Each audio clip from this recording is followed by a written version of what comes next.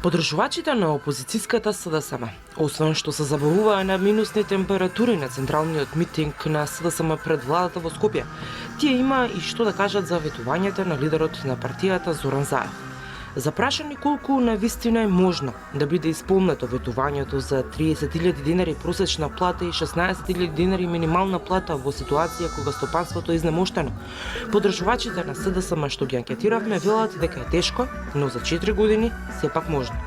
Тоа тешко ќе биде, еден устов лесен ќе биде кога украдените пари од страна на груевски на компанија ќе се вратат, тоа и може. Ако не се деси, тоа не може да имаме 30.000 или 500 евра плата, како кажам. Кога ќе се приберат средствата, повеќе средства по основна даночни приходи од побогатите слоеви во државата, тогаш ќе може да се изезначат граѓаните во општеството и ќе дојдеме до тие 30. Најдобро се е, најдобро. Но за да заживее економијата, доколку на 12 декември победи, потребно е Заев да обстои на ветувањето дека ќе бидат вратени во Македонија незаконски изнесените пари, велат дел од подржувачите на СДСМ. Па треба да се земе тоа шо, ако се краделе треба да вратат. Украдените пари мора да се вратат.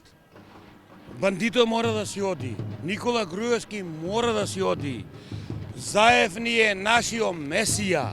Доколку се конфискува имот кој што не е стекнат согласно законот, не е пријавен, има можност да се конфискува врз база на легитимна извршна судска пресуда и секако дека постои. Факт е дека не владее тендерократска власт која што е во заминување.